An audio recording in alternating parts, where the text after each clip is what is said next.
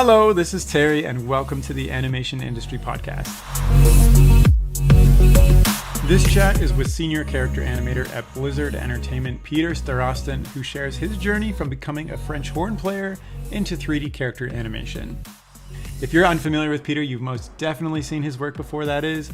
If you've played Starcraft, Warcraft, Halo, Diablo, or Overwatch, just to name a few, because he's animated a ton of the scenes in the cinematics. In this chat, he's going to share what it's like being a 3D character animator, including his workflow, tips on improving body mechanics, what he does to keep upping his game, and what you need to do to put together a portfolio that will get noticed. So now, without further ado, let's jump into the chat. Hi, Peter. Okay. Thanks so much for coming on the podcast. How are you doing? It's my pleasure. Thanks for having me. Like I said before, I was a fan of your stop motion animations way before I even started. It was like 15 years ago or something like that. I loved it.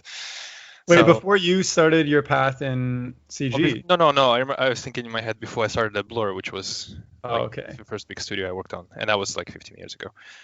Because I distinctly remember sitting there at my desk and sending your videos to people. Hey, check this out. Oh, no way! Thank you so much. I was just a young teenager back then. Yeah. Just like in high school. And I loved the two that I remember the most is the face is hard to replace. I would say that line just in daily life.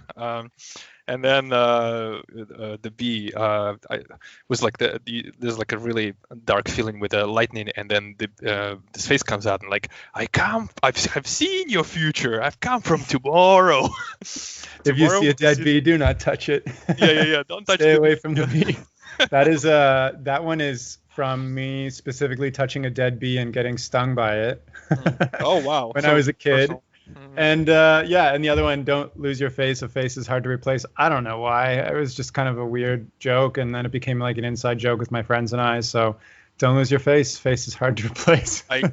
It became like part of my joke, and I guess too, because I've said it to people before. So. Yeah, that feels so great to know that like you halfway across the world are enjoying random stop motion stuff. Yeah. Oh, it was great. It was so entertaining. Like, and I really like the dark mystic feeling you created with those pieces. So if anybody is listening and haven't seen it, definitely look it up. Yeah, well, at some point I got to get back to my roots and do some more of that stuff. But in the meantime, let's talk about your career, because you've also had a very colorful career in CG, especially because you've worked on like Diablo, Starcraft, Overwatch, like basically all the #1 sellers. So how did you end up actually getting into this in the first place? Well, like I was mentioning before, I was supposed to be a French horn player. That's because my mom was a piano player, my biological father was a trumpet player, and then my stepdad was ballet dancer. And I was back in Moscow. That's where I grew up. And so they threw me into music really early on. I went to this central music school specifically for it was like middle school, I guess, age. I think I was like 9 or something. And you had to audition to get into. So I already started piano lessons when I was 6 or 7, and then the music theory and all that stuff. And you had to get into school, you had to like play the instrument, and so it was like brilliant musicians basically. And then when we moved to America in '93, I got full scholarship to Juilliard pre-college, and pre-college is more like for high school students. It's Saturday programs. So on every Friday night, because we lived in Philadelphia and then Delaware, and I would just take a bus to New York and stay overnight with my friends in Brooklyn, and then I would go for all classes on Saturday. So I was going to be like totally French horn, and I even went to college for French horn as well. But at that time, my friend introduced me to 3D Studio Max, and I got totally hooked on it. So the last year before I switched, and I was already 23, I was thinking to myself, like, I'm spending all this time learning 3D Studio Max and 3D, and I wanted to be a modeler, by the way. Modeling, rigging, I thought that's where it's all. Animation, anybody can move the keys, The meat and potatoes is modeling and rigging, because that's like the look of the character. I'll get into that a little bit later, but yeah. So and I forgot to mention that year when I decided to quit music and go for 3D. The orchestra of the college I used to go to, I was going to play a solo Mozart concerto. I don't know which one. There's 4 of them. I forgot already. But I gave that up. But that would have been pretty damn sweet to have orchestra accompany you. Because my mom is a piano player, and so every time we went to auditions or we played competitions, whatever, my mom would accompany me, and piano accompaniment is great, and so I never had to worry about that. But I remember I won a competition once when I was still young, and the prize was to play at a concert. It was Strauss Concerto with an orchestra, and man, such an amazing feeling when you playing the solo and the whole orchestra is your accompaniment live. Oh, wow. It's great. So I still kind of miss those, and I always wonder, like, what if I actually stuck with it and I went through it, like, what would have my life would have turned out? So well, wait a second. So I have a couple questions from that. First of all, how did you get exposed to 3D Studio Max? Your friend just showed it to you, and then you started modeling the next day. Like, what was the first thing you made? Like, what were you doing? I think the way I got interested into it is because I always liked cartoons and superheroes. Actually, I remember when I first came to America and I saw Spider-Man and X-Men, the mutants, I never even thought of that kind of idea, like mutants with superpowers. So that was awesome. I was like Transformers when I was back in Russia, or like Robotech. That was amazing. Star Wars, obviously, that kind of stuff. So I got really into comic books, like Jim Lee and Mark Silvestri's stuff. I loved it.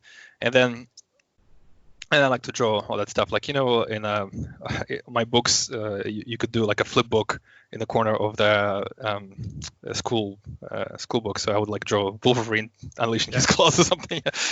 And then when my friend like, hey, look, there's 3D Studio Max, you can do stuff, and I was really excited about that. So that's how. Yeah, he basically just. He was also into the same stuff. We were both into video games, and he just, a lot of games use 3D Studio Max to make them, and here. And he just had a copy. So how did you break the news to your parents that you decided to give up on this French horn dream and pursue this thing that was only a hobby for you up until this point?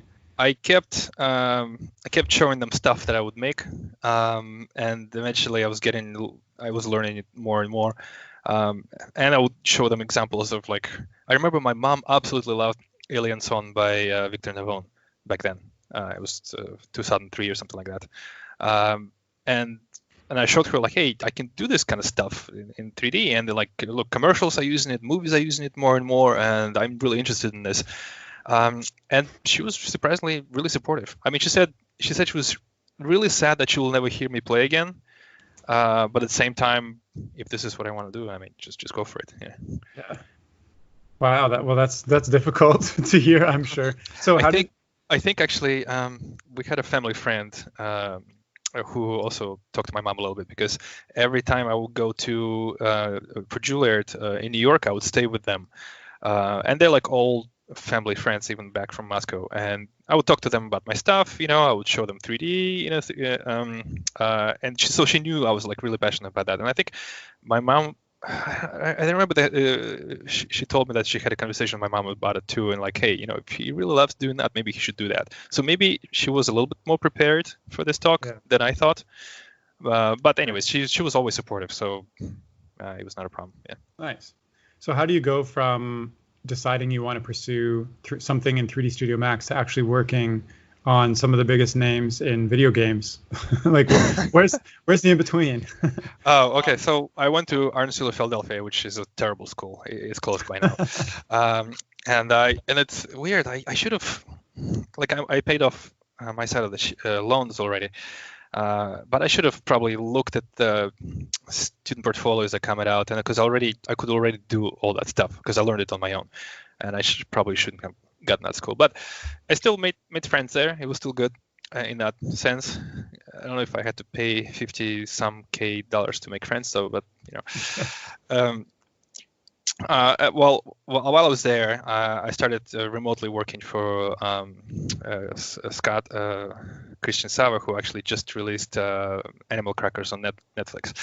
And he had a small studio, like just remote work back then, and so I worked for him. And so I was doing school. I was working for him and a couple local places in Philadelphia. And then Animation Mentor came out, and right before that, I thought to myself, because I remember how I mentioned how I wanted to be a modeler and rigger, and animation is that anybody can move the keys if I have enough time, I'll make it great. I learned the hard way that it's not so. We were doing a cinematic for Predator Concrete Jungle, and it was like I did a couple shots where there's a ramp opens up and they all walk down the ramp, and so it was a walk cycle going down the ramp, and me who's never learned animation. I just did modeling and rigging at the time, and it was terrible. I spent like a week animating. It looks crappy. I can send you a link to that if it's still on YouTube, and it's the most terrible thing ever. And then a little bit later, this guy started working with us, Carlos Portolos. He's the head of animation at DreamWorks right now, and he was already really good back then. And he did walk cycle in like half a day, and it looked way better. And I was like, what? There's got to be like things to animation clearly there are things about animation I don't know about. So I talked to him. He recommended me Animation Survival Kit, which already boosted my skill. And then my other friend took Animation Mentor. He really recommended it. So I was like the really second wave of students at Animation Mentor, and that was awesome too. So I learned that there's a lot more to animation than I thought. Like I was completely wrong about it. And that's when the studio I felt like started to specialize as well. The studios. So I kind of stuck with animation because I liked it a lot. Nice. So I guess now thinking about your career, are you living out that dream that you aspired to pursue when you realized that you didn't want to take French horn and you wanted to do animation? Definitely, because when I was learning to use Cinematics, part of the reason why I was learning is because I knew Blur used it and Blizzard Cinematics used it, and I loved Blizzard Cinematics and Blur stuff at the time, like Warcraft 3 Cinematics and Starcraft. And I remember there was one point where I was trying to learn how to make characters at the very beginning. I would make like this really dense sphere and try to poke in their eyes and take out the nose. It was really dense and really heavy and slow. It was, just to remind you, it was Pentium 75 with 16 megabytes of RAM. It took half an hour to open up 3 Studio Max 2.5, I think. Anyways, I'm like, how the hell do they make characters even move? Like I can't even barely rotate around it. And then there was a making of when 3 Studio Max 3.0 was coming out. There was an interview with Nick Carpenter from Blizzard Cinematics, and he showed how Orc is waking up. He showed how it's a low poly cage, and he turned on mesh smooth. And I'm like, so that's how you do it. You do a low poly cage, and then you subdivide it, and that like completely propelled me towards modeling. Like I could model anything after that. I just had to figure out the buttons. Like figuring out the buttons was the easy part.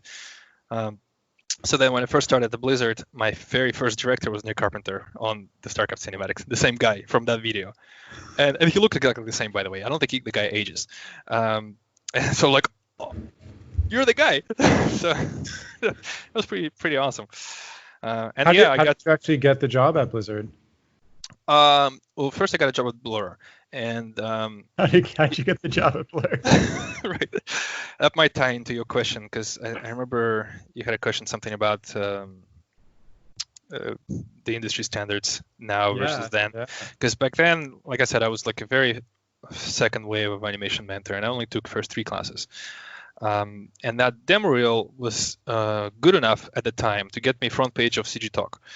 But I think if you look at you got on the front page of CG Talk with your portfolio. Oh wow! Congrats! Yeah. That's amazing. And so somebody at Blur saw it, and he sent it to Tim Miller, and Tim Miller emailed me like, "Hey, are you interested?" At the time, that's when I was actually sending out reels everywhere. I would just like spam every company with my demo reel, and already. Probably should say it. Already had an interview lined up in San Diego, so I kind of used that to also swing by Blur. But I think if that same demo reel appeared now, it wouldn't have gotten me very far, just because quality is a lot, a lot better now. I mean, I had a walk cycle, a couple pantomime shots, mechanic shots. That's about it. But yeah, so that got me Blur, and then after almost 2 years there. One of the Blur animators went to Blizzard, and Blizzard looking for animators, so he kind of recommended me, and then I interviewed, did a test, I went. Yeah. Nice. I do want to talk about how competition in CG specifically is changing, and kind of the standards of getting in are much higher now. But first, one question I have is why do you get up in the morning to go to your job? Like for many people, getting up is a chore, and then work 9 to 5, and you can't wait till it's done, and you live for the weekend. For you, what is the reason for getting up and pursuing this every day? Does it become a job at the end of the day, or is it something kind of always exciting to look forward to? Like, what is that for you? There were parts where it felt like a job a little bit, but for the most part, there's always like exciting new stuff, because animation it's not like you're doing the same walk cycle over and over and over. It's always like new characters or new scenarios. Like I remember when I was at Blur, my very first project was Gentleman's Duel, and it was like a more stylized kind of short they did that looked really good. And after that, I think we did like Transformers cinematic, and I was like, wow, that's awesome. I get to animate characters, for a couple of months here, and then Transformers for another 2 months, then something else. That was pretty sweet, and of course Blizzard stuff works, and Starcraft is like my favorite IP, I think. That's part of the reason why I wanted to go there. And they announced Starcraft 2 right before I went there, so I was super excited. Yeah, and then now, so I've been a lead on several cinematics there, and as a lead you get to kind of like work with other departments to make sure animators have everything they need from the rig, or anything from modeling in like if there's like contact surfaces or assets. So you kind of get to work with people. That's really, really fun. And then also we get to develop like the face rig a little bit. So I got some input in that, and that's it. Kind of ties into my initial passion of being a modeler. Yeah, because we kind of get to work a little bit on the face shapes. So there's a lot. There's a lot about my job that still excites me. So. Is there anything that is missing that you're still pursuing?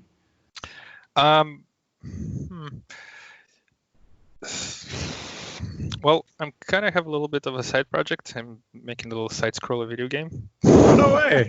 That's awesome. Yeah, I don't know how 2D. Yeah. So I definitely want to get better at 2D animation, and I specifically want to not do it in 3D and just render sprites. Like I really like the look of a 2D. For example, we have a PlayStation 3 at work that I brought with my old TV. So me and a couple other animators were playing Street Fighter 3 Third Strike, and the reason we're playing that game instead of 4 or 5 is because it is 2D and it just looks gorgeous. Yeah. So there's there's something very appealing about even like old style SNES. Yeah. Like those the art two, and stuff just can't be replicated with modern stuff. I don't know. I wonder if, because when you look at like the drawings of Third Strike and like Capcom, like Capcom versus X-Men or whatever, like in the drawings you see anatomy really well, and like the poses are really clear, and the line of action is there, and you're not constricted by mesh or 3D stuff. I feel like to get the same kind of quality in posing and also be true to anatomy, you have to I feel like you have to create morph targets to go along with your animation, not just like default blending of the weighting, because it's just rubbery. Right. That's interesting to hear from somebody who works in like primarily CG to talk about 2D like that. That's interesting. Well, because so for cinematics, for example, I think a lot of companies do that. Is they create kind of like corrective blend shapes for certain frames in animation. So something that the rig cannot do, like for facial expressions or for like muscles, we'll get like a modeler to sculpt a certain frame and we'll turn that on and off. So I feel like if maybe like Street Fighter 5, for example, had something like that, where you have your animation, you prove it and everything, but then you also go in and sculpt or shape the actual shape and anatomy a little bit better, maybe. Makes sense. Well, animation's all about exaggeration and stuff like that, so it totally makes sense. Right. That's true. So maybe let's jump back and talk about the competitiveness of kind of today's industry versus what it was when you started. So you mentioned, the portfolio you put together that got you into the industry isn't the same type of portfolio somebody would need to put together to get into now. What has changed? Like if you're looking at portfolios to hire somebody for, I don't know, working on the next Starcraft or something, what are you going to look for? Well, in terms of how the industry changed, if I just go back a little bit, Sure. I remember there was a time when I first learning 3D Max, and Maya was around as well, and I heard that all you needed to get into industry is just to know the software. That's all, and you can make a lot of money doing that. And then in terms of animation, like I remember back then when I was learning Animation Mentor, if you look at the quality of animation in games, for example, it wasn't quite as high as it is right now. Like right now. Like games have amazing animation. Like it's not. I don't think it's any less than a feature film. At this point, overall, because the quality of animators in generally rose. And back then, when I was first learning, the resources for animation was really scarce too. Like there was a lot of tutorials on how to model characters and stuff like that. But in terms of principle of animation and how to go about it, there was like nothing I could find on it, I remember. So that's why Animation Mentor was really awesome. And it was like the only school back then. And now there are like several schools now that are really good, and a bunch of really good animators also have their own classes. So there's and also on the internet there's just like a lot more resources when it comes to animation. So you can learn, no problem now.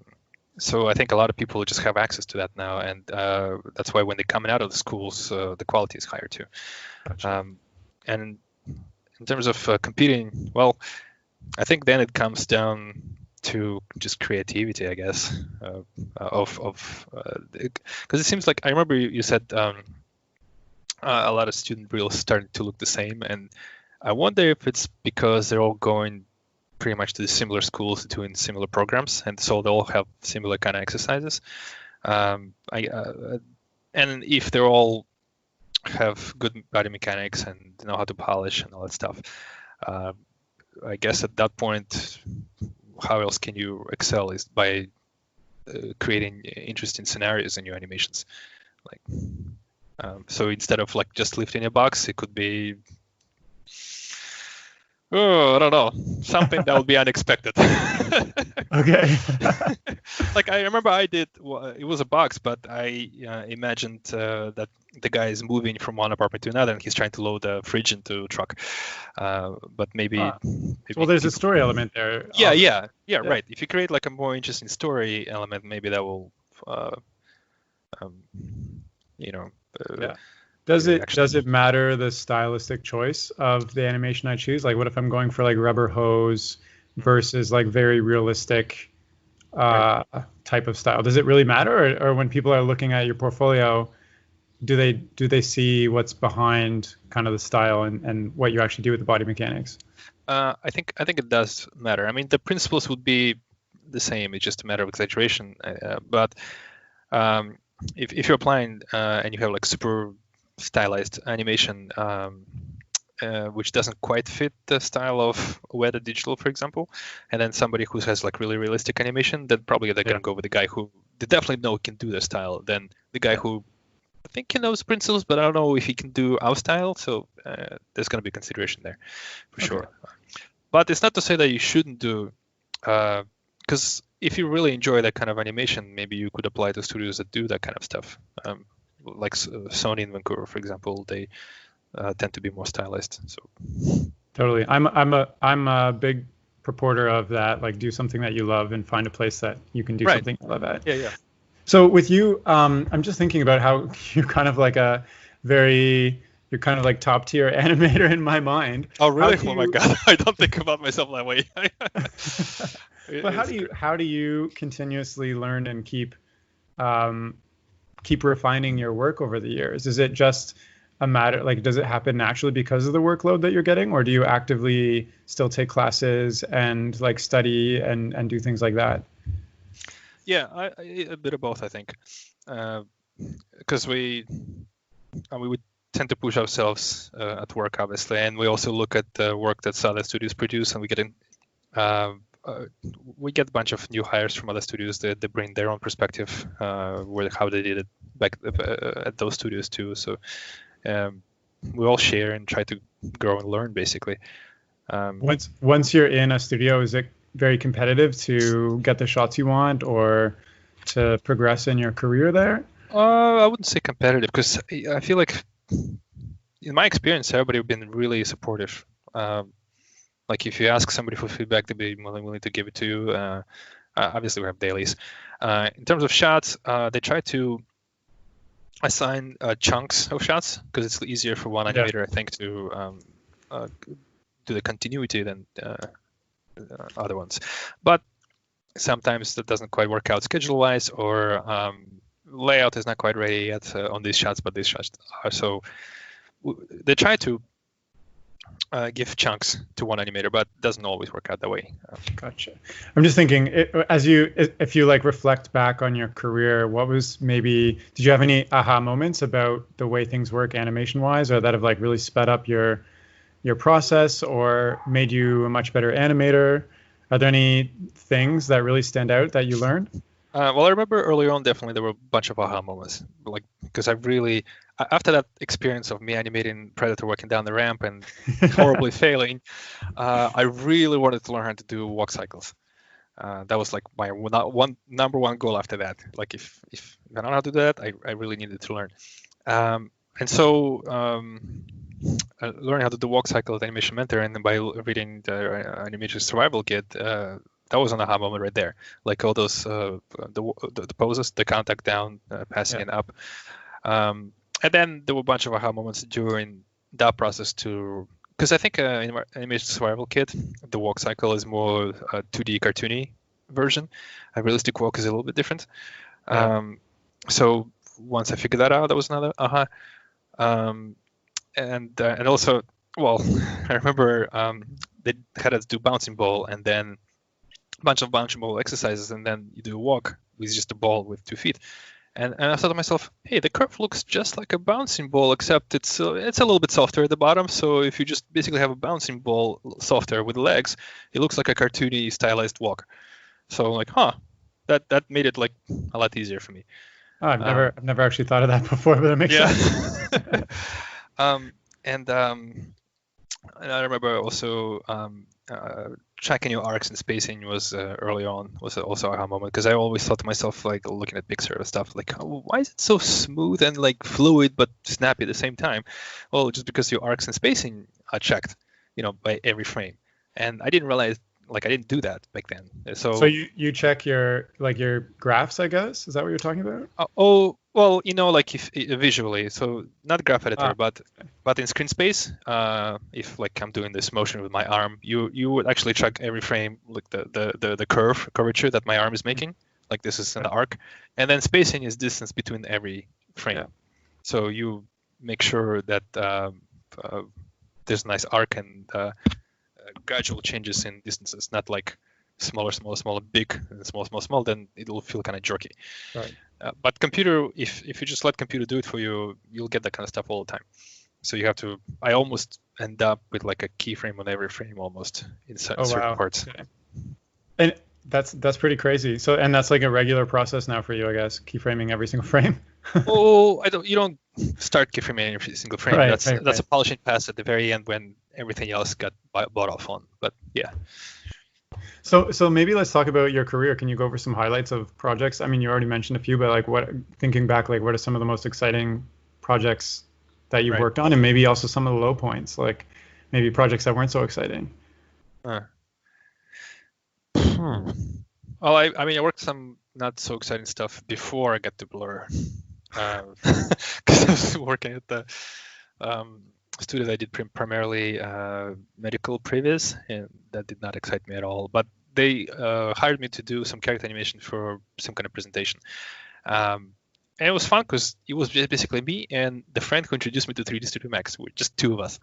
So from that point of view, it was really, really fun just because I just did the characters, rig, and animation, and he did lighting and environments and put it all together. And that was cool. It was like a 2-team little show. But it was like really fast paced. I couldn't do the same quality of animation. Like it was just really rough. But still kind of fun. I don't know, like I can't really find too many like low points because I'm excited about this stuff anyways. That's fine. I remember when I first got to Blora, and the first project was General's Duel, which was their last short I think they did. And just looking at animations that people already did there, and like, oh my god, wow, this is amazing. Did you, like a lot of people feel kind of imposter syndrome at the beginning of their career? That happens all the time. That's still happening. Yeah. We actually had a conversation about that at work too. We had a person who worked at DreamWorks for 20 years, and now she's with us, and even she experienced imposter syndrome. I don't Oh think wow. I don't think that I don't know if that ever goes away, to be honest. So how do you deal with that? Well, it's really helpful to recognize that everybody else has it to some extent. Um, and we kind of talked about it. It's just a human thing, I guess. Yeah, I mean, you still have to feel a certain level of confidence about your abilities, obviously. But when you see a lot of like really good stuff being done around you, and you're trying to live up to that quality, I mean, it creeps in. And So I oh, definitely okay. felt really lucky when I was at Blur, and like I was seeing Dave Malone doing like amazing shots. Or um, yeah, I just try to keep up. Fair. Do you ever kind of feel the opposite where you're really confident at like a certain type of animation or a certain like do you have a niche that you specialize in? I think I'm probably leaning more towards like action stuff, just because that's what I did most of the time. So definitely like to spend more time doing some. I mean, we did some acting shots as well, but a lot of my stuff I think is more action oriented. Yeah. Um, How do you know like to know a shot is done and perfected? Like what is the feeling that you get when you know it's presentable to either the team or your supervisor or just going out into the world? Like is there a certain feeling you get of like completion or like how do you something mean like like that? when the shot gets approved at the end, or Yeah, or just like when you're ready to show it to other people, because right? like there's so many different stages of Yeah, doing animation, right? I was just gonna say, yeah, it kind of goes in stages. Like at first you block in your idea, roughly, and then once you're kind of happy with that, then you show feedback and with director and lead and, and supervisor and all that stuff. Um, and then you get notes, and then there were times where I would get a note, maybe during second pass when it like idea got approved, then I solidified it some more, and then showed it, and I would get a note, and um, I was thinking to myself, I don't think I agree with that note. I think it's better this way. But it was my supervisor. I gotta do it. So I went and did the note, and then I looked at it and compared, like, this is better. So it's like a lesson learned a while ago that even if you don't agree with the note, still do it, because you don't know.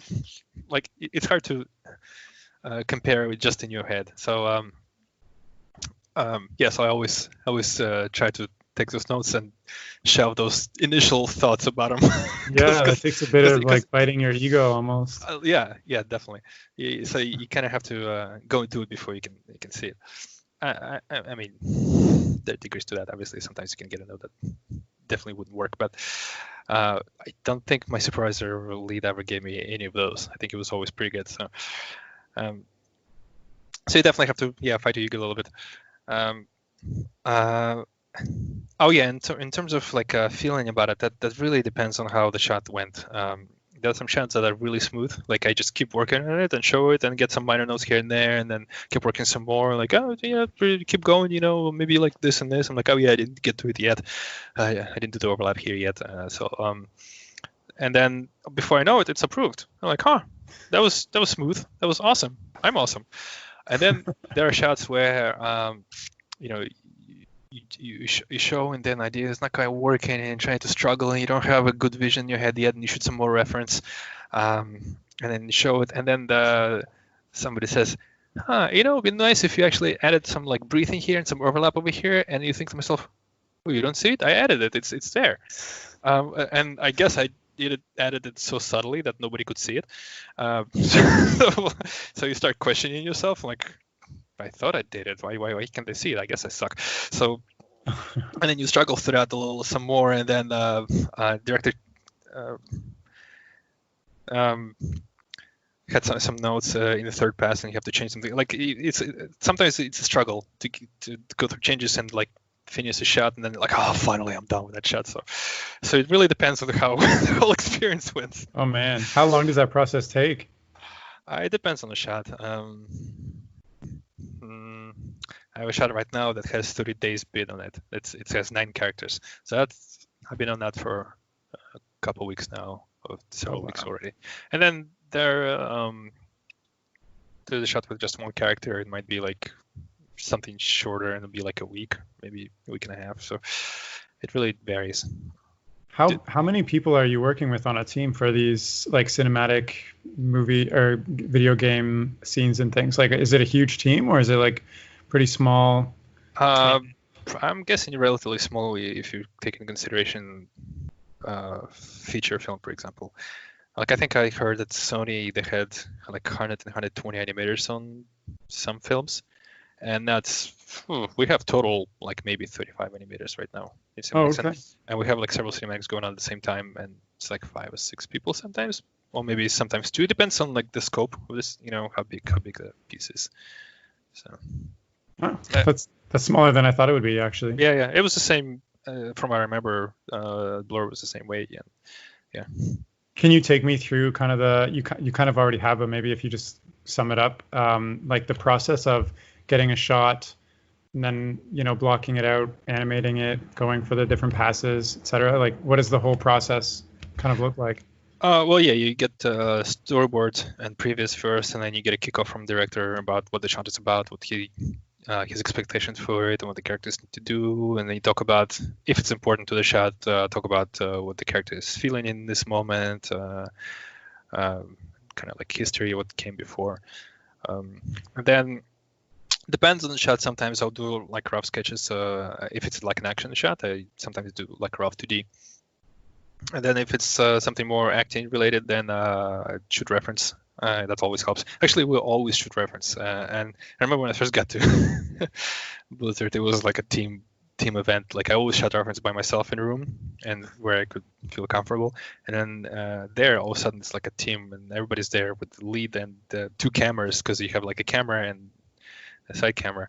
And you can see some of that stuff, by the way. I can send you a link. There's like a making of cinematics, and they show some of the reference. Yeah, I'd love that. I don't know if there's like a video component, but I'll jump it in the chat, and maybe you can. Like at that moment, that's for Warcraft 3. That's me and Justin recording some fighting.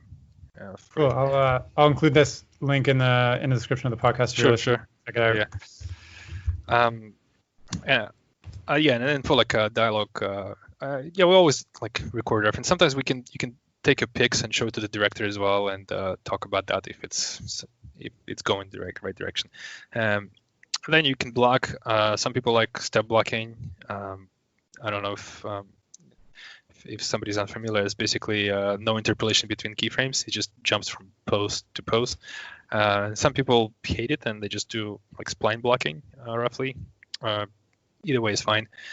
And then once it's like in semi-presentable way, like the idea is clear, you can show to lead or supervisor, and then eventually director, and get a buy-off, and then you keep refining it. So you can just keep more and more refining, showing it to dailies, get notes, and just it's like a cycle at that point until it's done. Nice. I mean, that's a pretty good overview. I'm just thinking, like, you've kind of shared your whole story of how you started, how you got into working professionally, and what you do, and some of the highlights too. What are you hoping somebody that is listening to this and they're interested in pursuing CG, or they're working in CG right now and they're looking to maybe get better at their craft or whatnot? What are you hoping that they kind of get out of this chat from your journey? I would imagine it'll be somebody who's just starting out, because I don't think anything I said right now is anything like special or unique to the industry. I think most people in this industry already know all the stuff. This is not like anything secret. I guess when I was first learning, I heard all this stuff from Animation Mentor and people working in the industry as well. So that kind of gave me like an insight into how the studios work in a way. But I don't know. Hopefully they get excited. Do you have any like tips that you wish that you had been given when you were kind of starting out that you want to share?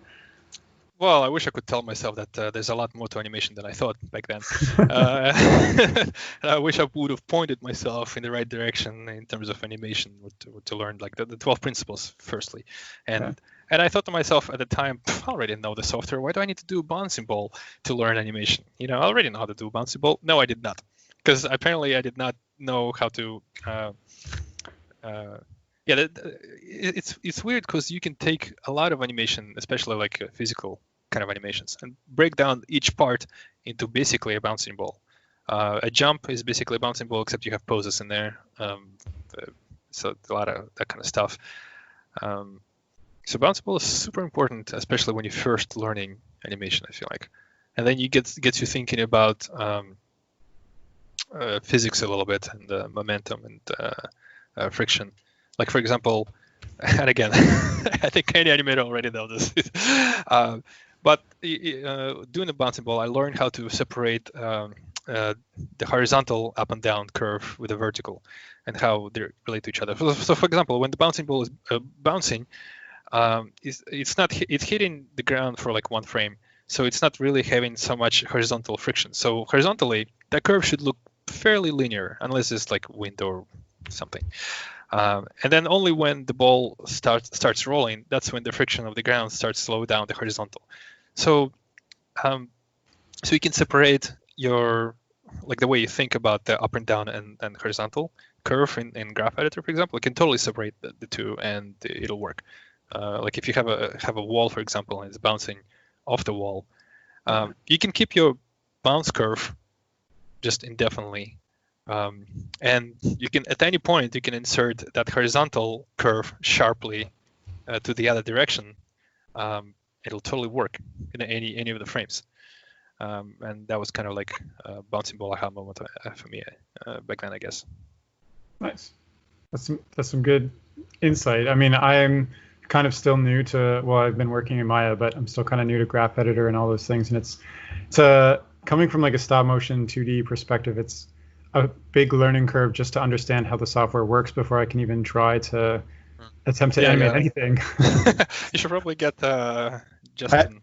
Actually, podcast. I had I know what you're talking about with turning the mesh on, because way back when I was doing stop motion, I was also experimenting in 3D Studio Max. I think it was 3 or 3.5 or something like that, and yeah, the render time with the computer was like insanely slow, and then you turn off the mesh, and then and then when you want to render it, you have to like leave it overnight to render each frame.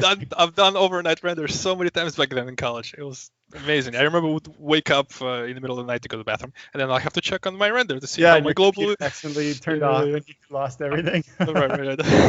Well, if you do like every frames into like PNG or whatever, at least those are saved. But yeah. I'm guessing your brother probably exposed you to some 3D too, right? Because he did. Oh yeah. 3D. Well, it's at the same time that I was doing. That's kind of why I specialized in stop motion, because he was so far advanced in 3D already that I was looking at what he was doing and trying to do my own stuff, and just kind of being like, there's such a huge gap between what I can see as possible and the amount of time I'm gonna have to spend, and I'm already doing stop motion over here, so I'm gonna continue doing that because that's kind of my. So yeah, I have a bunch of 3D shorts that I never published online that I don't even know what they are. Just like dumb stuff like robots fighting each other and like whatever, but I mean, now that I'm getting back into it, it's actually more difficult than I remember for some reason. There's definitely a lot more tools, and they evolved, but you can do a lot more too now, right? Oh yeah, for sure. Sure. Well, soon, like, people are replicating stop motion style in 3D, so stop motion is just going to become obsolete anyways. Right. Well, I don't know. Hopefully not. I still think there's a strong future in stop motion. Yeah, because there's certain look, like when it comes to 2D animation and stop motion, there's certain quality to it that's so appealing that I feel like 3D hasn't quite captured yet. No, and there's certain things there's certain stories you can tell in stop motion where you could actually animate stuff in real life and have like time lapses and stuff that you can't do in 3D. So yeah. Anyways, is there anything else that you wanted to share? Wrapping up. I was remember one of the questions also, because I took an acting class. And goes back to that question about improving yourself. Like, because I haven't done as much acting as I did like action stuff. It was a class with Alan Simpson here in Burbank. It was great because he intuitively somehow maybe I was thinking about that kind of stuff, but every time you have almost like a system and check mark to go through, it makes your job life easier. So I remember one thing that he was stressing is when it comes to acting, in the moment when the character is delivering a line, is to arrive to an action verb of what the actor wants to do that moment. So for example, if you if you think I'm angry at this person, and so act like you're angry. Well, that's not very specific. That's like really broad because you can be angry, but what do you want to do about that? Do you want to belittle him? Do you want to embarrass him? Do you want to torture him? Do you want to kill him? And that's a lot more specific because those are actually like verbs, I guess. And then you can arrive to those acting choices that way. And all you have to do is just change that action verb, and then your acting changes. Like he did this example where he probably might not make, because I remember the question came up, like, well, what if the line is delivered in a certain way?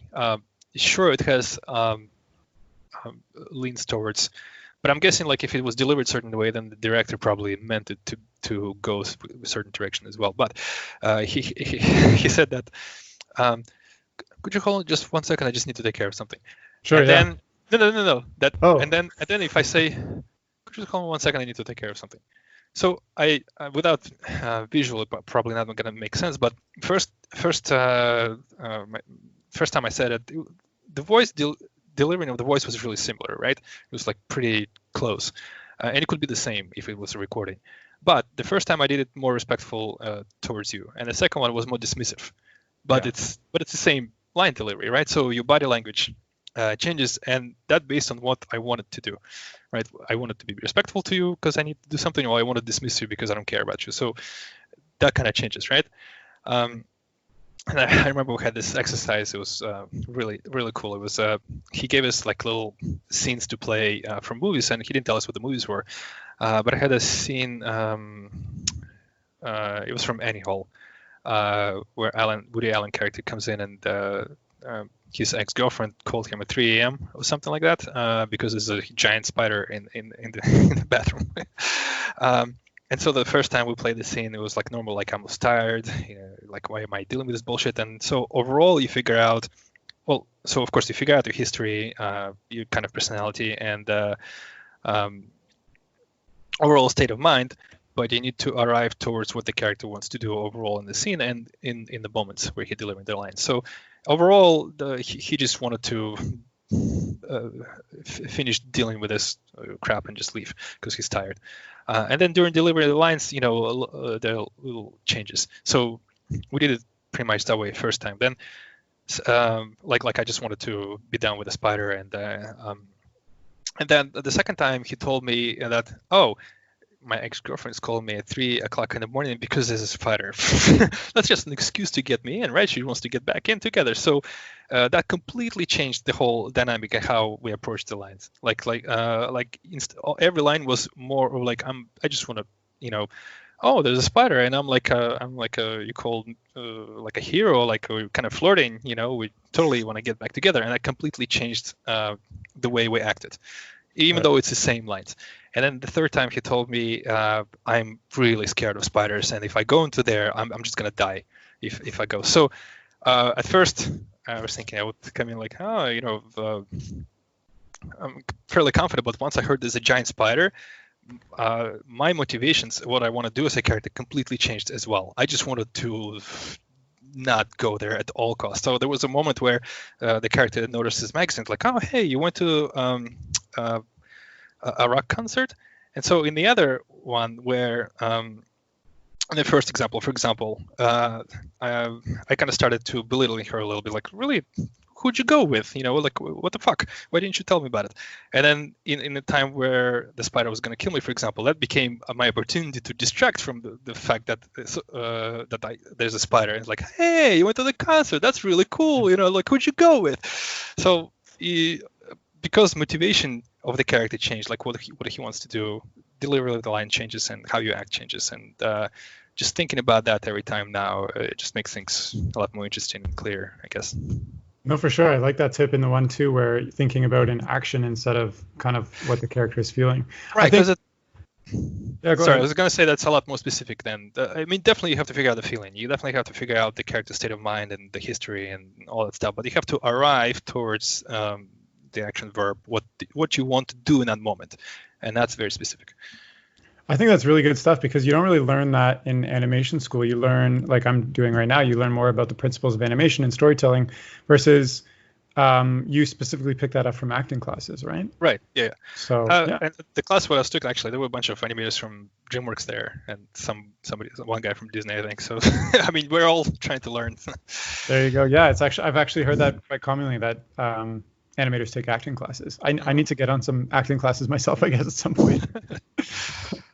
Well, thank you. Is there anything else you wanted to share? I just want to say thanks for doing this. I mean, like I said, I'm still a big fan of your old stop motion animation. So for me, just to talk to you is already a gift. So thank you. That makes me so happy. and say hi to your brother. Well, yeah, for sure. I mean, I never met him in person too, but I chatted with him a little bit, and I remember I tried to get him to blur a long time ago. And he also used my free Max rig, which I'm really glad he did. Which one is it? A long time ago, I called him. Well, it was a low max because there was a low man for Maya, and then I used 3 max at the time, so I made low max. Kind of stole the name, just made it max because it's 3D Studio Max. And then I made like a little bit higher res version of it, and just called him Max. So he used it like the yellowish character. Yeah. Okay, with the circle. Really simple. Yeah, I know exactly what you're talking about. But it was cool seeing him use it, and it was a while there. Nice. Well, I share the feeling is mutual. I'm very happy to have you on because I followed your work for quite some time too. Okay, exciting to talk to you about your career. So thank you so much for coming on the chat. I really enjoyed having you and learning about everything that you've done over your career. And if you're listening and you'd like to reach out to Peter, you can find him on LinkedIn, and I'll include a link to his profile in the description of this video, as well as the link to the making of the cinematics that he shared in the chat. And that's all for now. So thanks so much for listening. Okay, bye.